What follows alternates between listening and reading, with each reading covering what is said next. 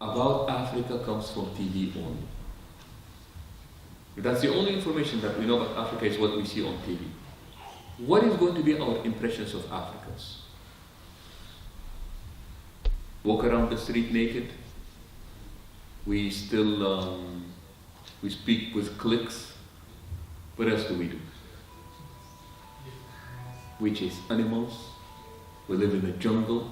Because that is the only image that is sold about us. I remember I was once taking religions of the world class, and when it came to discuss African religions, what is the biggest religion in Africa? What's the second one? You know what the class was about? Voodoo. It was about voodoo. Very small, minute, in West Africa, places like Benin, Cameroon, very, very small. That was taken into places like Cuba and parts of Haiti. Now they said that this is a representation of African religion and African religiosity. And I remember I just raised myself, look man, there are over 800 million in Africa, and you pick a religion that is practiced by less than 2 million, and you are depicting the entire continent on the basis of what is practiced by 2 million people. What kind of an image, what kind of a perception are you depicting about Africans? The same thing can be said about Muslims. If the only information that you have about Muslims is on TV, what will be your impression about Muslims? What are we? Terrorists, violent, and extremist.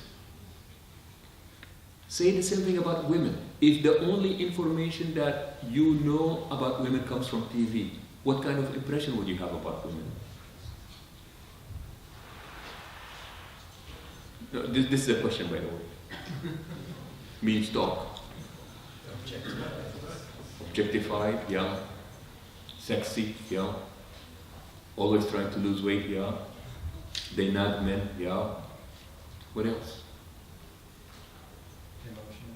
Emotional, irrational. Again, if you were to watch TV and only information that you get about men is what you see on TV, what would you find? And the list just goes on and on and on. So it's very important that you pay attention to this idea of self-image. Because here's what makes self-image important. The way we see ourselves is going to determine how other people are going to see us. The way you see yourself determines how people are going to see you. A woman who is overweight, let's say a woman, a young girl who is overweight, does she feel good about herself? And remember, she may be fine, she may just be totally fine, alhamdulillah. But TV is constantly telling her that she is not good enough the way that she looks. That's why, for example, 1 out of every 5 girls in the 4th grade has some kind of an eating disorder, anorexia or bulimia. Why is that? Because somebody is telling that physically you are not up to the standards that was set by somebody else. And the list can just go on and on and on about these things. So what happens in the deen, there is this idea of we want to make sure that somebody is feeling good about themselves. So in the Quran we read, إِنَّ الَّذِينَ آمَنُوا وَعَمِلُوا الصَّالِحَاتِ أُولَٰئِكَ هُمْ خَيْرُ الْبَرِيَّةِ إِنَّ الَّذِينَ كَفَرُوا إيش في آخر البينة؟ الذين كفروا إيش؟ أولئك هم شر البرية. He said those who disbelieved and did wicked deeds, they are the worst of humanity. And then the Quran comes back and tells us إن الذين آمنوا وعملوا الصالحات أولئك هم خير البرية. Those who have believed and they did righteous deeds, they are the best of humanity. خير البرية. And that is why, subhanAllah, this is so important. In the hadith, the Prophet ﷺ says, المؤمن من سرته حسنته وساءته سيئته. Truly the believer is the one who rejoices the good that they do And they are disappointed when they make poor choices. And here is a key to healthy self-image psychology. Healthy self-image psychology does not come from the color of our skin. I have no choice. Does not come from the fact that you are white or black or male or female or what ethnic background you come from, because these are all things that you have absolutely no choice or control over. We celebrate them. We may even appreciate the fact that Allah subhanahu wa ta'ala has created us this way, but it would be very childish and very silly to actually take pride in these things and seeing yourself to be superior to people who do not have what you have. That would be absolutely childish. So the Prophet ﷺ said, to feel good about yourself is important. The question is, where does this come from? Where is this going to come from? So the Prophet ﷺ said, Al-mu'minu, truly a believer is the one, man sarrathu hasanatuhu wa sa'athu sayyatuhu, is the one that celebrates and rejoices the good that they do, and then they're disappointed when they make poor choices. And we find out that the quickest, the best way to truly feel good about yourself is by achieving these little accomplishments that you make. So the way that we feel good about ourselves comes from the type of things that we do. This is so crucial. And it would be nice if we can pass this on to our children as well. Because remember, when we live in a culture that is individualistic and that is constantly talking about self-esteem, and the question is, where does your sense of self come from? Where does that come from? Because where it comes from is going to determine what kind of a person you are. You can be very racist, you can be very arrogant, you can be very full of yourself, simply because of what you think or where your superiority comes from. So we are taught, it is important to feel good about yourself, but be careful as to where that feeling of good comes from. And that's why they say, if the way we feel about ourselves come from any place other than our relationship with Allah, we are in deep trouble. If how we feel about ourselves comes from any place other than our relationship with Allah, we are in a very, very dangerous area. So the Deen tells us the importance of it, but then also the Prophet ﷺ taught not to have these negative self-talks about the self. In the hadith it said that the Prophet ﷺ called upon Abu Hurairah, said, Abu Hurairah, come, ya Abu Hurairah. And Abu Hurairah did not come, and he came back after a while, and he explained to the Prophet ﷺ, he said, Ya Rasulullah, kuntu najis.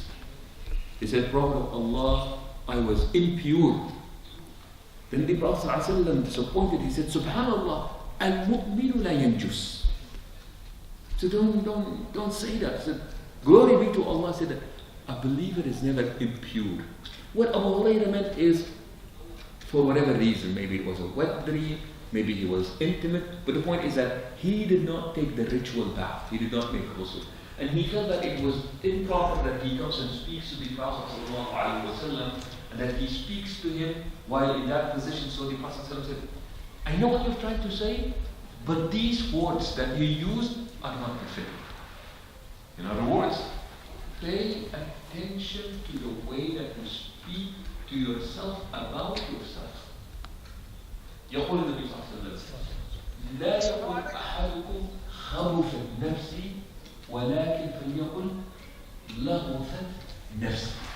Said one of you, when they speak about themselves, they should not refer to themselves by saying that I am wicked.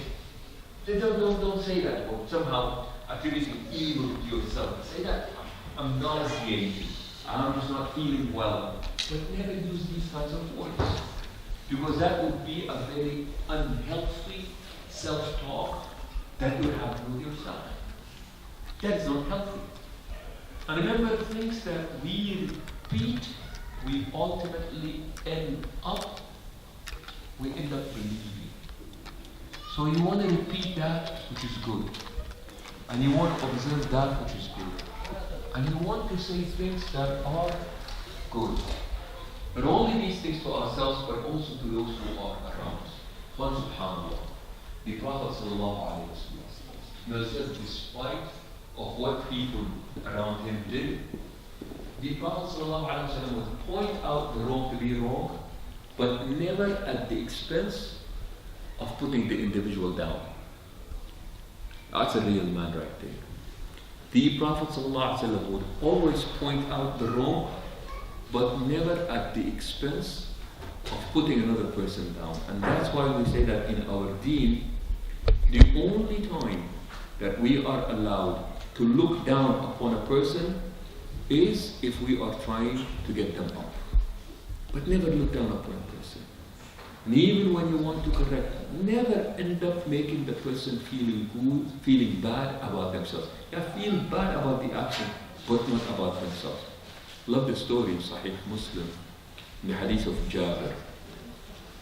Jabir describing the Hajj of the Prophet sallallahu alaihi wasallam. He said, كان الفضل رديف النبي صلى الله عليه وسلم. He said that Al-Fadl ibn Abbas was riding along with the Prophet sallallahu alaihi wasallam on a camel. And then he said that this is happening in Hajj on the day of Arafah. He said, فجاءت فتاة خثعمية. He said that a good, in some narrations, good-looking girl from the tribe of Khas'am came to ask the Prophet ﷺ a question. And then he described and he says that وَكَانَ الْفَضْلُ وَسِيمًا.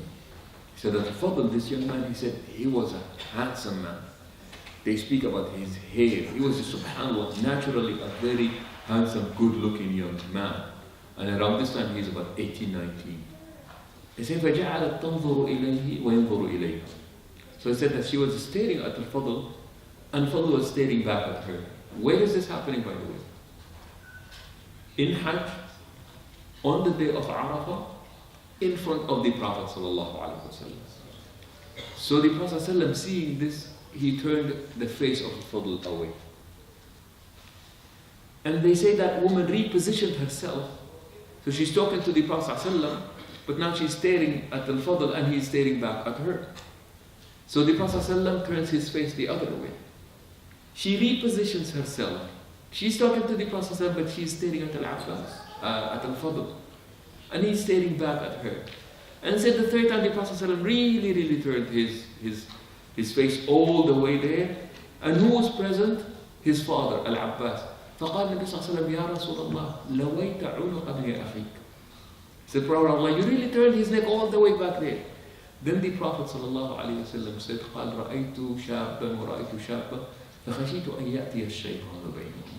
He said, I saw a young man, I saw a young woman, and I was afraid that Shaitan was coming in between them. Some people are just saying, no, I can't go back to Hajj and revive this sunnah, inshallah. Don't do that, okay? But here is what we see, and what makes this story amazing to me is, this is happening in Hajj, on the day of Arafat, in front of the Prophet ﷺ, and yet the Prophet ﷺ would point out the wrong, but never at the expense of the person. Especially the way we live, we've got to use that gentleness of the Prophet ﷺ, that the way that we impact those who are around us, never approve of the wrong that people do, but also never lose the person.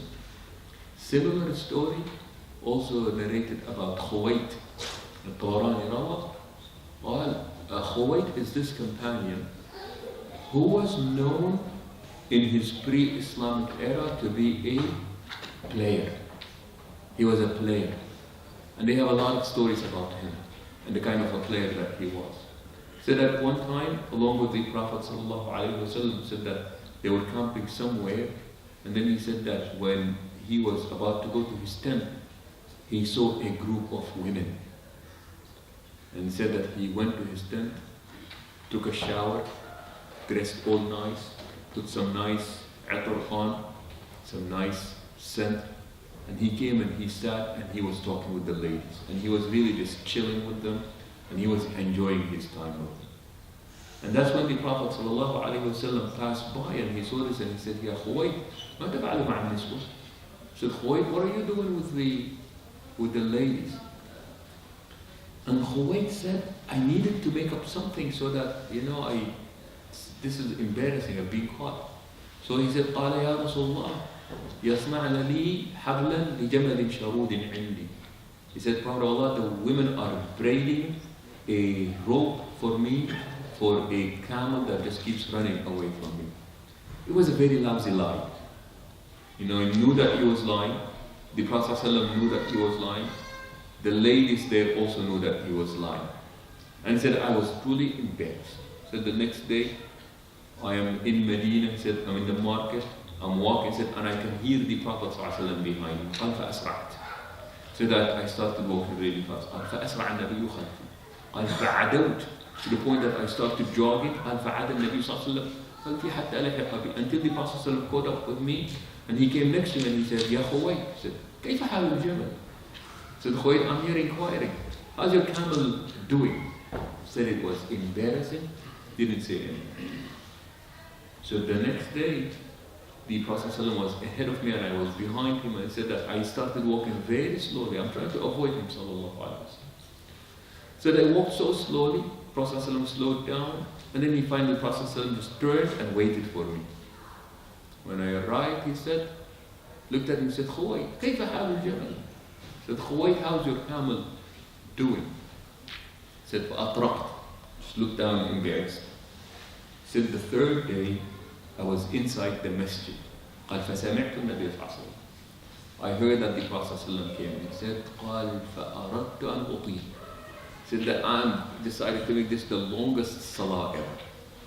قال فجلس النبي صلى الله عليه وسلم جنبي وقال لا تطل فإني أنتظرك. So he sat next to me and he said, don't make it too long, I am waiting for you. Assalamu alaikum wa rahmatullah. Assalamu alaikum wa rahmatullah. The Prophet looked at me and he said, كيف حال الجمل? How's your camel doing? See, there was no camel. The Prophet ﷺ knew that there was no camel. Khuwayd knew that there was no camel. The camel became symbolic. And the Prophet is making a point here. Then he said, Ya Rasulullah, ما شرد مذ أسلمت. He said, Prophet of Allah, that camel has never ran away since the day that I became Muslim. Giving assurances to the Prophet ﷺ that this was a one-time thing and he did not make any mistakes. But here is the point. The way that we deal with those who are around us, who may be engaged in things that they shouldn't be engaged in, Allah, is important. Especially with people having access to the kind of things that they have access to. If we don't deal gently with them, I'm afraid that we lose them. And when we lose them, they're never coming back again. So in our correction, we can never correct to a point that that person feels bad about themselves. We want them to feel guilty about what they have done, but as far as us talking to them, it's always inspiring. It is always uplifting. It is always about, bringing back hope, and never be the cause of sending somebody to despair. Because I care for my brother's sense of self. Because I want to make sure that my brothers and sisters, regardless of the wrong that they are engaged in, that I want to deal with them in such a way that will never make them hate the masjid or never come back to the masjid again. Inshallah, one more example and I stop.